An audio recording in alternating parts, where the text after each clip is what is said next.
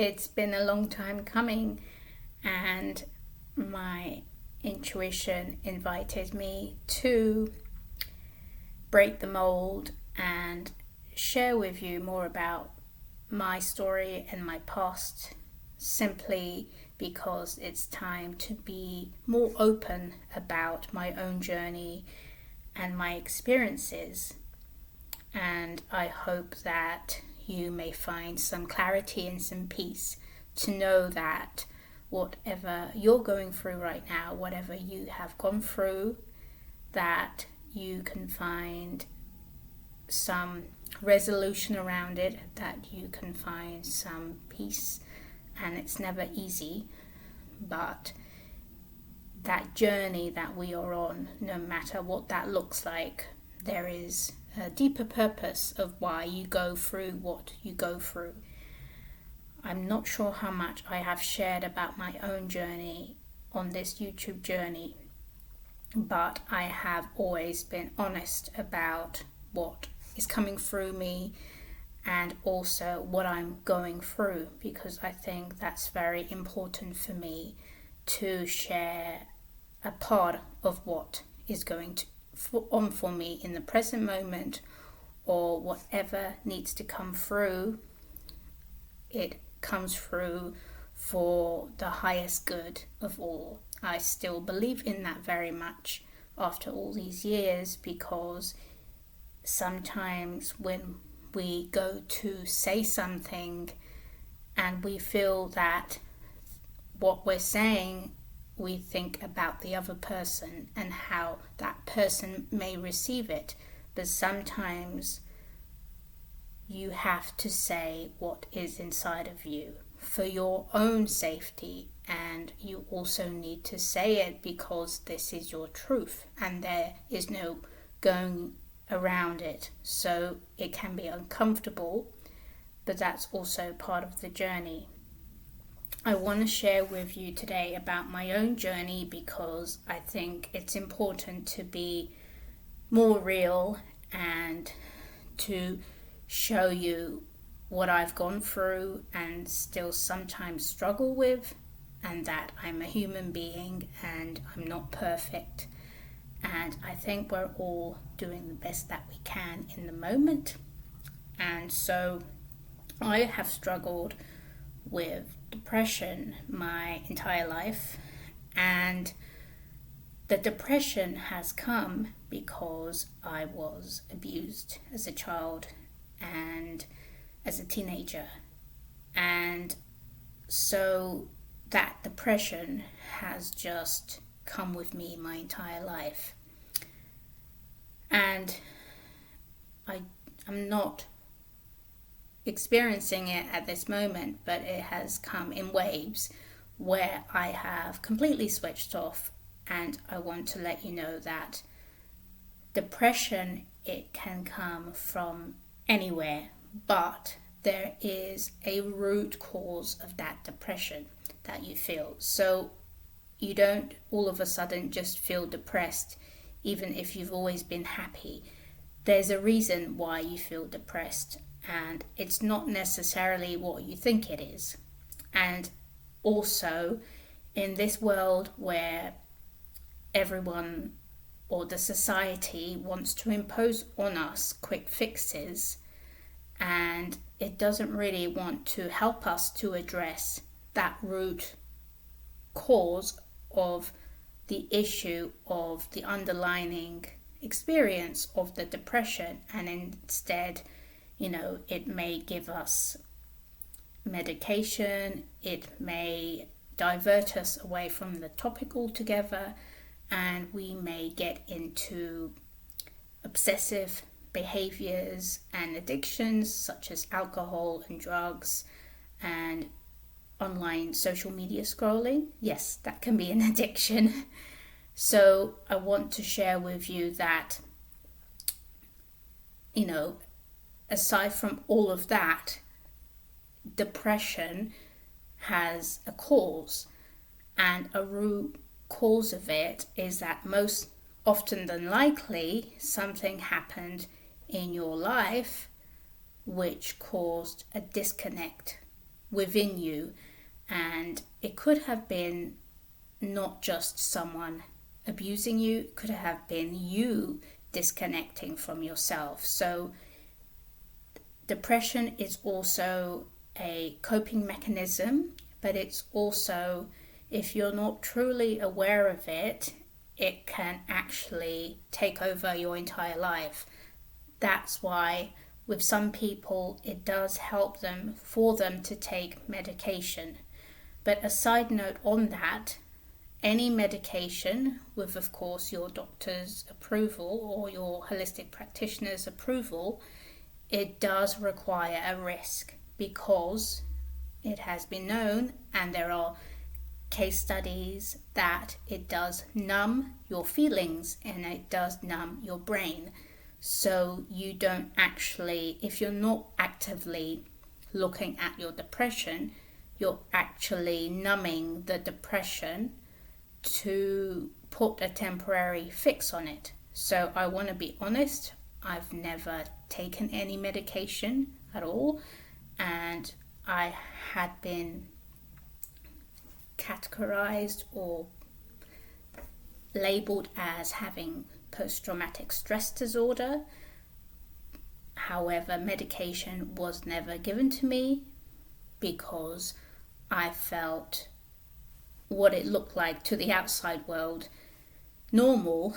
What is normal anyway, what is normal, but in that sphere I looked and felt normal because I was not having panic attacks, I was not feeling suicidal, although I have to say that I have had a panic attack, or maybe two, a few panic attacks, and I have felt suicidal my entire life since a child, and I used to self-harm as well. So, there is that. But because I have been very aware, not all the time, I must say, I'm not aware 100% or 24/7, because, I'm only human, that would be impossible. And so because I have been aware of where that is coming from, but also for me, it has been much needed for me to feel my own pain. And of course, all those extreme experiences does sometimes, most of the time, sometimes less times, it will cause a person to be so overwhelmed with emotion that they can't function, and that's why then medication might be helpful.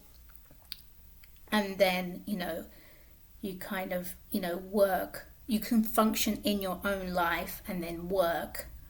And when you're, on medication, for some people, it does work because then they're able to function. So it's like, you don't need to look at the depression then.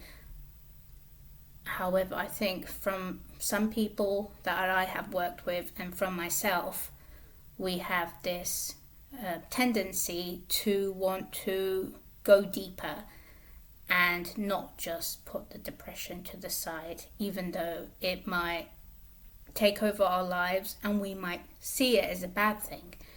So I want to emphasize, it's not a bad thing to have depression or have experienced it or still experience it. It's like having a bad day, having a sad day. All the range of emotions are there for a purpose. And so we're not here to be 24/7 happy, because even that can be a farce. So one of my coping mechanisms, I think, to cover up my depression when I was a child and a teenager, and also because I felt really lonely and I wanted to make friends, I wanted to be part of a community, but I realized that I was very much, disconnected from that because other people thought very differently and I was having my own experience. And so I've lost my train of thought now. This is what it's like live, and I'm not going to edit anything, and so you will receive me as I am, because this is who I am. And so going back onto the topic of depression itself, like I said, there is nothing wrong with it. Also, because I wasn't over-identifying with being a depressed person, I felt I was easier able to connect with my spirit, with my creativity, with who I am on the inside. And so that was my own bubble of being connected to myself. So the more that I felt connected to myself, the better that I felt. But the depression, of course, was there. The pain was there. Everything else was there. So I would go through moments and periods where, the depression would come in, or I would start to feel like it was too much. And then what did I do best? I focused on connecting and strengthening my connection to myself, because that was the one thing that really helped me to stay connected to me and to stay grounded. And so when I was sharing earlier that I felt lonely and I wanted to make friends and I wanted to connect with others, and coping mechanism was to be happy and to be nice, to be kind, and to try and please everyone. So that was my coping mechanism from the depression. And because I didn't want to feel the whole depression, because it would just send me down a slump and I would shut off. Instead, I'd rather be connected to myself. But then there's the other side of it, where I would go into people pleasing, and I would put on this persona of being happy, and of course internally I was happy on some aspect, but then on another aspect I wasn't happy, and I didn't trust anyone because of my past. And there was that. So it's a very complex topic, but at the same time it's very easy, because everything comes from that. If there's something that you experienced as a child, it will impact and influence the rest of your life. So even with the people pleasing, I felt that was a coping mechanism, but also the fact that I was very open and I chose to live my life like through the eyes of a child. And in a way, I'm very fortunate, there were a lot of good people in my life that supported me throughout various experiences in my life. But then there were other people that would take advantage of my good nature. And I think we all have experiences where that happens. And I want to say that what you experience throughout your life, it's not necessarily who you are as a whole. There are survival and coping mechanisms that you have that you may not be aware of, that actually are still functioning from your past. They could be from, something that happened recently, but they could also be from when you were as a child, and also spiritually from when you were in a different lifetime somewhere else, and that could still be impacting you now. So it's a lot, but that's exactly what happens, and what I've experienced too, and what my clients have also experienced. And that's what I help them with, to connect to themselves, who they are, but really identify, these coping mechanisms that are playing out, that's still playing out, and the pain that you experienced in the past, that you weren't really ready to feel because it was just too much, and now it's the opportunity to feel it. It's safe, you can do it now. And that's what I really enjoy, to provide that safe container for people, because I know exactly what it's like, because I've been there.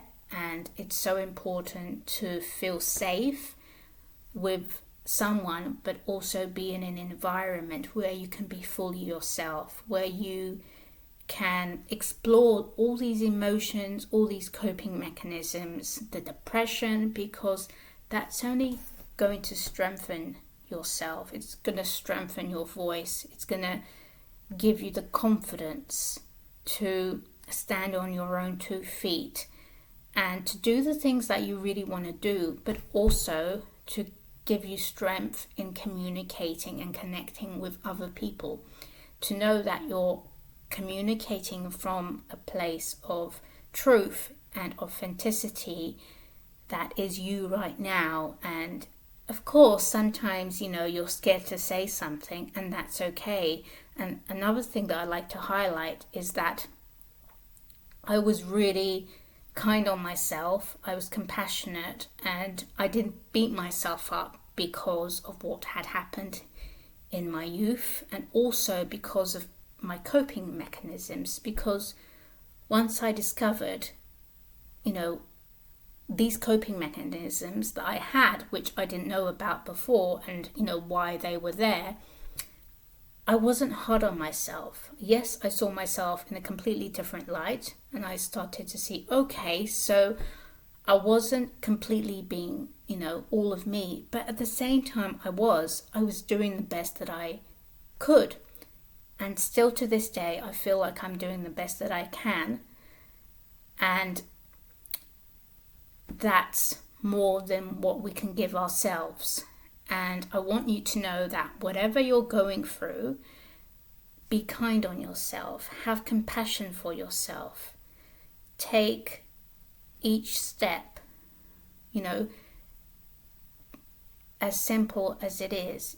Don't rush forward. If you're feeling depressed, then I would advise you either to find someone that truly sees you and can support you, where you don't feel violated or threatened or scared, and you feel safe with, but at the same time be there for yourself in ways that no one else can. You have to be kind on yourself when things are happening, and realize that this is the most precious gift that you can give to you, the love that you can give to yourself when you do that. Because I think if it wasn't for my own love in myself, I wouldn't have come this far.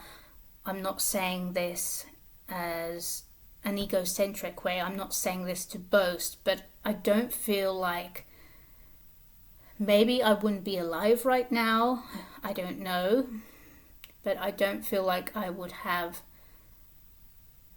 got to the place where I am now, because we go through so much and sometimes it breaks us. Yes, it does. That's the reality. And the wounds that we have and everything that's inside of us, it can either make us even more depressed, or it can give us hope, and it can give us the strength to know that there is more for us available, that we are supported, that anything is possible. But in order to feel that way, you need to experience it. You don't have to try so hard in your head to force yourself to experience that. It's really about feeling it inside, and you do that when you're connected to yourself, and when you value yourself, and when you believe in who you are and your life, and why it's happened the way it's happened, and the challenges and what they have brought to you, and that everything is here to serve you, and that even your most debilitating challenges, your depression, your sadness, your pain, even if you haven't felt it, everything is here for you. And to realize how powerful that is, and how powerful you are in your own journey, really gives you that feeling, that experience, that hope that faith in yourself. So it's very much a visceral, somatic experience where you feel it in your body.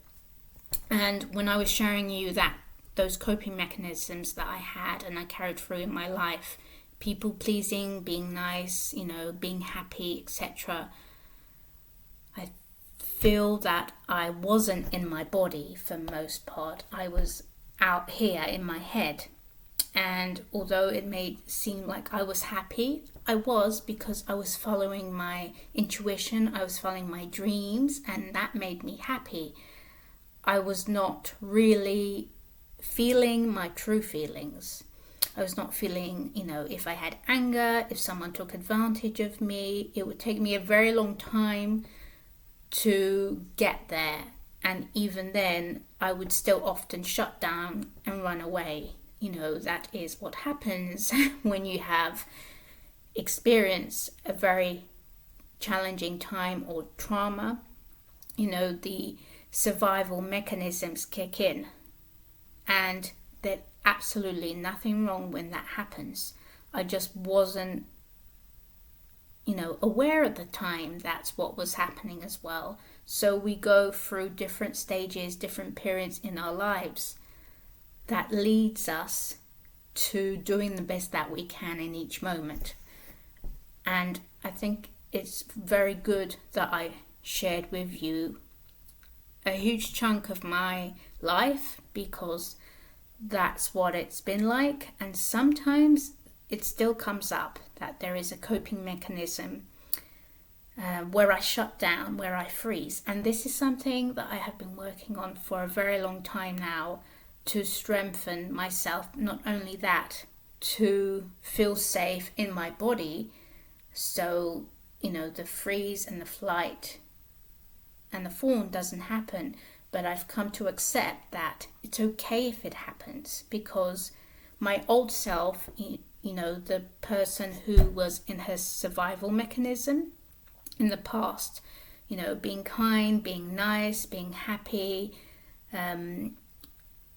wanting to please everyone, doing many things, she would not be feeling her feelings, her true feelings, the negative feelings, and she would be looking the other way. But at the same time, I don't think she was fully accepting herself.